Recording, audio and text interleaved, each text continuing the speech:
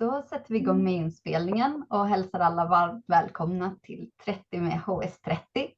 Och idag har vi med oss Eita och Heider från Theo som ska prata om AI och CSRD för fastighetsbranschen. Det ska bli väldigt intressant. Så jag låter er presentera er själva och påminner om att vi har 30 minuter på oss och vi kan räcka upp handen och ställa frågor eller skriva frågorna på chatten på engelska eller svenska så tar vi in dem. Och som sagt så spelar vi in och det går jättebra att kolla på klippet i efterhand på vår YouTube-kanal. Så välkomna Eita och Heider. Tack så mycket. Thank you. I'll briefly switch over to English. I am born and raised in Stockholm, Sweden. Ata is a person who is in Copenhagen, who is a Danish-Swedish company. And since most of the legislation connected to CSRD is in English, we've chosen to pick English as a language today. But just as Shimena mentioned, you're free to write your questions in English, Swedish, Danish, or whatever you want, and we'll figure it out and we'll answer them at the end. Maybe we can jump into the agenda, Ata. Yeah, it's me who controls it. Yes. There we go. Great. So very shortly about us and me. My name is Heider. I'm the CEO and co-founder of Theo, together with Ata here today, who is our sustainability and compliance expert. And we're from a company called Theo. We help companies understand CSRD, do their double materiality assessments, and offer software support and different enablement tools to allow companies to have an easier time reporting on CSRD. And we do that through both our reporting software, but also our AI chatbot to help you answer questions trained on CSRD data. And also supporting them in their maturity journey to be able to do the work connected to CSRD in a good way. Like mentioned shortly before, if you have any questions anytime, feel free to ask them in the chat or save them for later. I'll compile them and bring them up at the end. And if you haven't written them down, you're free to just wait until the end to do that as well. I will now hand over to Ata, our expert on the topic. Please. Great, thank you, Heider. Hello, everyone. Welcome. My name is Eita, and I thought before we get started, I would tell you 3 things about myself, just so you know who you are listening to. So I have a legal background. I used to be a lawyer at one of the big law firms here in Copenhagen called Gorst & Frederiksberg. After that, I had the great opportunity to work with some great companies, also here in Denmark, Copenhagen Airport, I'm sure many of you know, but also NNIT and Saxo Bank. I was an in-house lawyer for some years, and then I moved on to some non-legal roles and ended up as head of ESG at Saxo Bank and was actually responsible for developing their first ESG strategy. So, but in 2022, I took a leap and started my own ESG consultancy and have been working with companies on ESG strategy, materiality assessment, and was doing fine until I was lucky enough to meet Heider and Thomas and start this amazing journey on Theo with them. And now Heider used, I think, the word expert a couple of times there, but I consider myself an ESG enthusiast rather than an expert because basically this is such a new area and it's so vast that I think calling oneself an expert is kind of reaching for it. So I don't do that, but I've been interested in this field for a long time and have been working with it for a lot of years now. I'm also a capitalist, maybe a bit negatively charged word these days, but I say this because I believe that profitability and sustainability are not opposing goals. That some of the strengths of the capitalist system, like innovation, efficiency, and responsiveness to demands, these are going to be drivers for the change that needs to happen. So that's why. So with that, welcome. And in Theo, we often talk about that we are now in the era of sustainability commitment, meaning that ESG is no longer nice to have for companies. This has quickly become a strategic necessity in order for companies to be competitive. And the current status also calls for it. Last year, before COP28, the World Economic Forum released some new stats on climate change, and concluded that if we're going to reach the targets of Paris, the Paris Agreement, we have to reduce global emissions by 7% every year until 2030. The problem is, however, that we are currently increasing the global emissions by 1.2% every year. So there is a gap to reaching the Paris Agreement goals. But on that account, we are happy to share that we at least experience that companies across industries are committing to sustainability and taking this seriously. Actually, more than 4,000 companies have now set so-called net zero targets, science-based targets. Many of you might know what science-based targets initiatives is, but for those who don't, it is kind of the gold standard of climate targets. You can submit your targets to Science-Based Initiative and they will validate that these targets are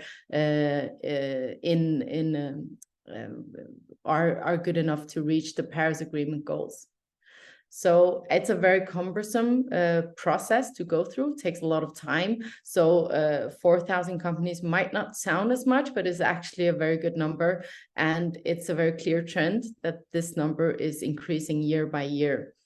And being here today, I did some research on Swedish companies, on where Swedish companies are in terms of science-based targets.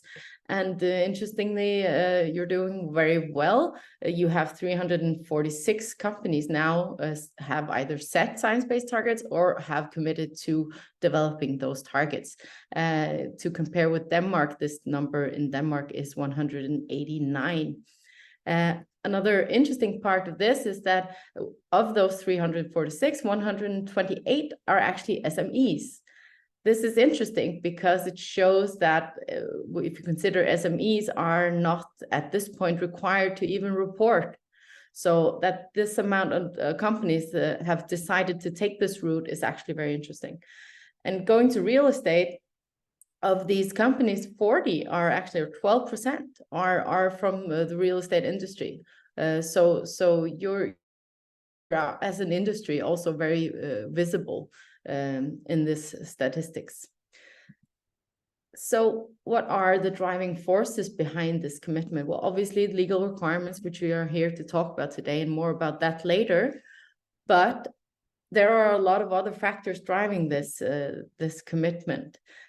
Considering real estate, customer demands might be definitely important for you guys. I mean, tenants and buyers are increasingly looking at sustainable buildings and homes. Financing needs, there's a big trend of green financing, and investors are looking to finance sustainable building projects as well. So and you might have your own ambitions as companies. I mean, but this is across sectors as well. A lot of factors are driving this. And now IBM did a survey here not long ago, a couple of weeks ago, which interestingly supports that 75% of senior executives agree that sustainability will actually drive better business results. 76% have reported that it's a central strategy for them to pursue sustainability. And some even say that it needs to be a higher priority. So this is all good news for commitment. However, same survey also tells us that 47% of those same executives are struggling to finance initiatives, and only 30% have reported that they are making significant progress in their strategies. So there's a kind of discrepancy on the recognition on paper, at least, that the sustainability is a strategic necessity to actually putting your money where your mouth is. And another interesting fact on this survey I would also like to share is that companies are actually spending 43% more on their sustainability reporting than actual sustainability innovation of their products or services. So there is kind of something wrong with this picture, if you ask me, at least. So let's have a look at what they're spending all their money on, this reporting thing. Well, the CSRD, I'm assuming that many of you are now reporting in accordance with the Financial Reporting Directive. The CSRD is replacing that, and it will change the way we all do sustainability reporting. I would even go as far as say it will revolutionize sustainability reporting because it will improve massively the quality of the data being reported on, and it will make it very easy to compare across European companies of what they're doing and across industries. How is this being put into play? Well, the CSRD introduces the Sustainability Reporting Standards, the ESRS. I'm just going to give you a brief overview of what that means. Well, there are 12 standards, 82 disclosure requirements, and as much as 1,178 data points. If you ask EFRAG, I haven't counted it myself, so I'm trusting them here. But either way, 245 pages of legislation, quite a massive and a big change from what we're used to in the NFRD. To give you a brief overview, this is what it looks like. There are 12 standards. There are 2 cross-cutting standards which everyone needs to report on, regardless of your industry and your size and your double materiality assessment. Because as many of you might know, the topical standards, the 10 remaining standards, will be dependent on you performing a double materiality assessment. So by performing a double materiality assessment, you will know which of these requirements, which of these topics are material for you, and you can only report on those. You don't have to report on all the 1,178 data points. So it's quite important, this double materiality assessment. And I'm not going to talk in detail about how you go about doing a double materiality assessment, but I thought it would be interesting to kind of look at what kind of topics are generally material for the real estate business. So I did this overview of a value chain for a typical real estate company, and to consider each ESG consideration, some ESG consideration of each activity in this value chain. When you do a double materiality assessment, considering the entire value chain is important, and this is a way for you to do it. So what I did here, just briefly, is map some topics that might be material for each of the stage that I mapped of the value chain that is mapped out here. And maybe we should just take some examples.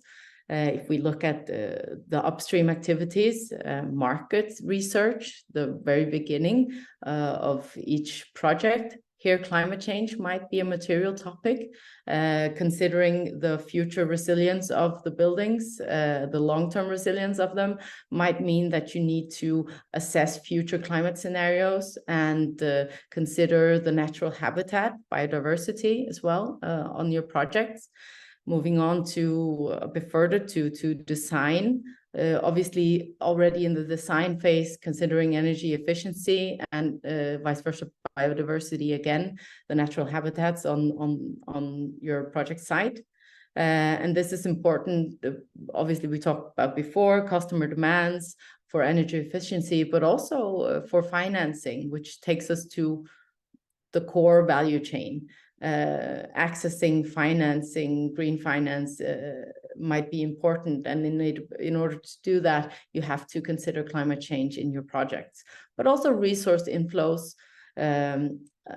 which are part of circular economy, just considering materials and using them efficiently will bring down costs. That's why this might be material. And so on for the rest of the chain. Maybe go over to property management, so like water discharges, using efficiently discharging water in your buildings, but also social topics like adequate housing, making sure that quality housing for the community you're serving is also important.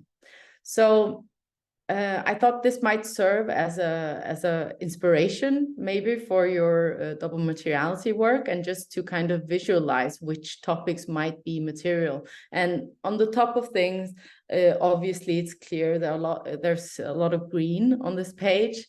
Environmental topics are important for your industry, but there are also social and governance topics to consider. So this is just a very high level overview, but it might be useful for some of you. Let's take the helicopter view again and look at the CSRD. It's affecting a lot of companies across industries, 50,000 companies within the EU.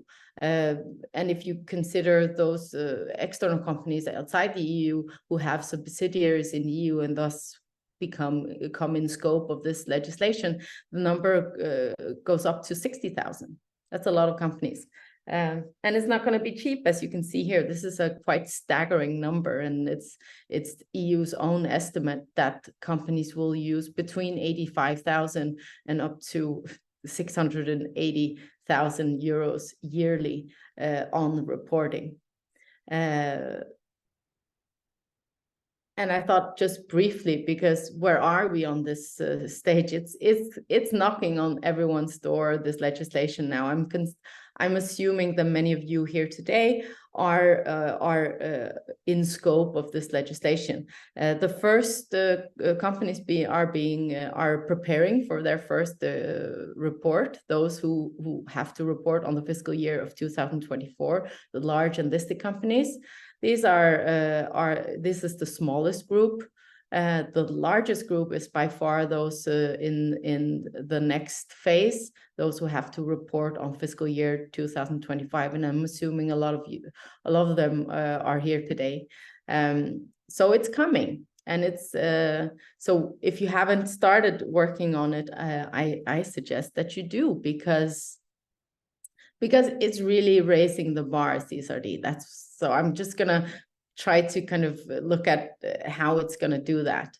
We are going from having either small ESG reporting to it becoming a lot more things to report on, but you're no longer able to have an ESG report on the side of your annual report. You have to integrate it into your annual report, and this means that you now have to apply the same level of scrutiny and accountability on your sustainability data as your financial data, and that's a game changer, and will put a lot of extra work for financial departments across Europe.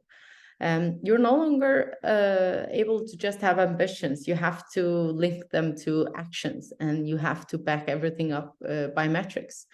And there's no hiding, because XBRL tagging will be enabled, and we will go from today, when you have an annual report, you will submit it to your national authorities. But going forward, we will have to submit our annual reports directly to the EU. And the EU will enable comparability using SBRL tagging.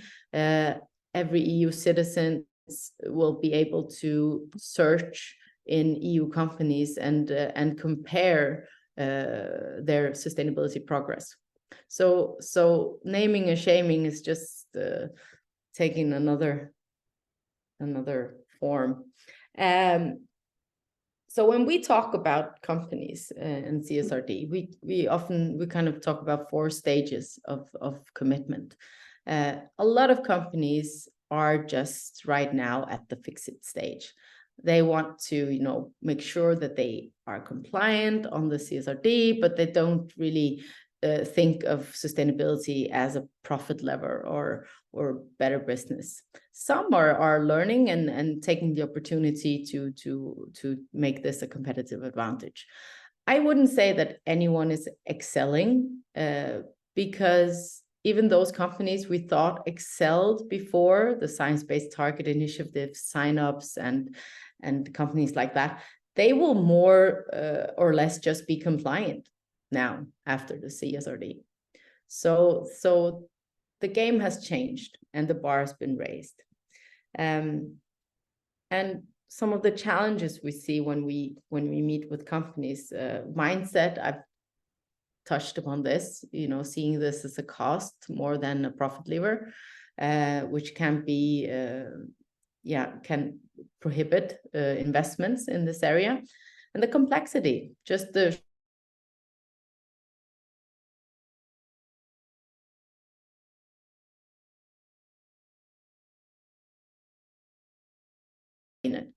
and then obviously this vast data you need to collect from across your company, but also from your supply chain, and makes the stakeholder landscape rather complex. But also the buy-in you need to get from your senior executives might also be a challenge.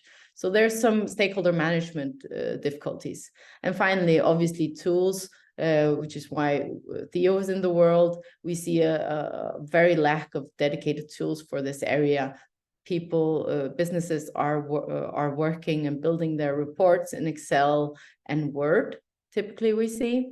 And obviously with almost 1,200 disclosure points, it quickly becomes a very large Excel sheet. But touching upon a bit more upon complexity, one thing is reading the legislation, but another thing is also just where to begin if you're not there yet. Well, I've set out a 6-step process here, which is one way of going ahead with this. You could start by doing a double materiality assessment, and then establish a due diligence process for identifying the risks in your value chain. And then when you have identified those risks, you integrate them into your enterprise risk management, making sure that you work with all your risks the same way. And then you consider, well, how mature are you in mitigating all of these risks or pursuing the opportunities you identified? And then you build a strategy to address the gaps that you have in your maturity and set targets for reaching and becoming better. And then you collect that data and you report. But the reality is that most companies are going from a double materiality assessment to collecting the data and reporting. And now this is actually, I think it's fine. This is the reason for many skipping all of these steps is also because of the sense of urgency with the EU, that we don't have a lot of time for this, at least the first time around. And I think that's fine, because as soon as you've collected your data and start reporting, you will see that there's a lot of things lacking. When you're asked to report on your due diligence process, you'll say, oh, we're missing a due diligence process. Or when you're asked to report on how you integrate your ESG risk into your ERM, you will have no answer for that. And the same with the sustainability strategy, which are, what goals do you have? What policies do you have? So you will quickly realize that most of us will need to mature on many of these steps. So there's no avoiding those, and they will come, and we can all get better. So just getting started is also very good. So don't worry about that, I would say. And going for smarter tools, that's also why we built Theo. We want to make sure that businesses are independent and are able to carry this burden and report on their own without using massive resources on consultancies. So we want just to enable a good structure for the CSRD, so you don't overlook a single requirement and take you out of the Excel sheet and give you make it easier to create an overview and work with. And we all have a lot of questions here. We're not all, none of us are, as I said, ESG experts, but people are starting working with this, are definitely not lawyers either. So we have enabled an AI chatbot that can help answer all your questions. It's basically a ChatGPT, if you've used that. It's very like that, and it's trained on ESG legislation and other data.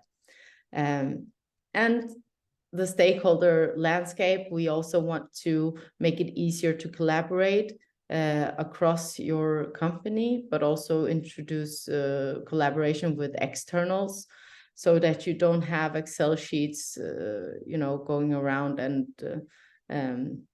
Asa, I will have to interrupt you because this is very interesting, but the time runs very quickly when we're having such an interesting topic. We have some questions here in the chat. Please.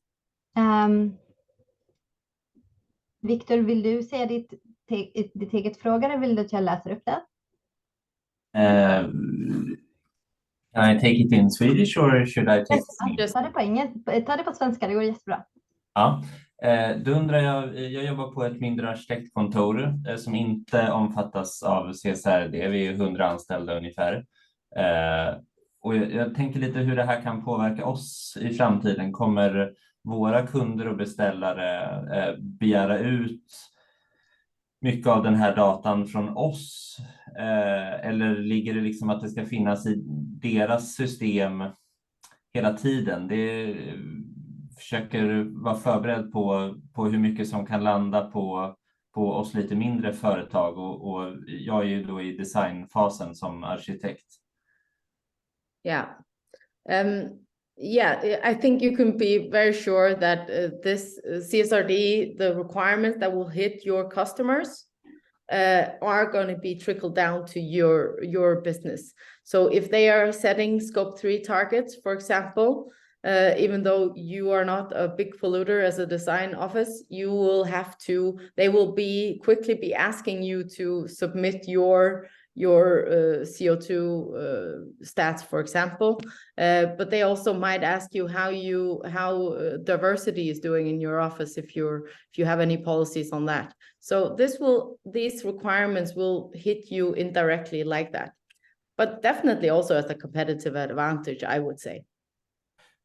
Okay, but that's our internal pollution or utsläpp. It's not, they won't ask for what our projects pollute, kind of. Well, they might ask you for that as a service, but not in the things you are designing will not be a part of their scope 3 unless that's what they're buying. Then it's, but you might be asked to deliver the data you have on that as well. So the more you know about that, the better, I would say. I would like to invite you to stay, everyone who wants and can, for some more questions, but we have to wrap it up for now. And thank you everyone that has been listening, and thanks a lot, Hayden, Asa. It's been very informative. Thank you for having us. Yes, really appreciate it.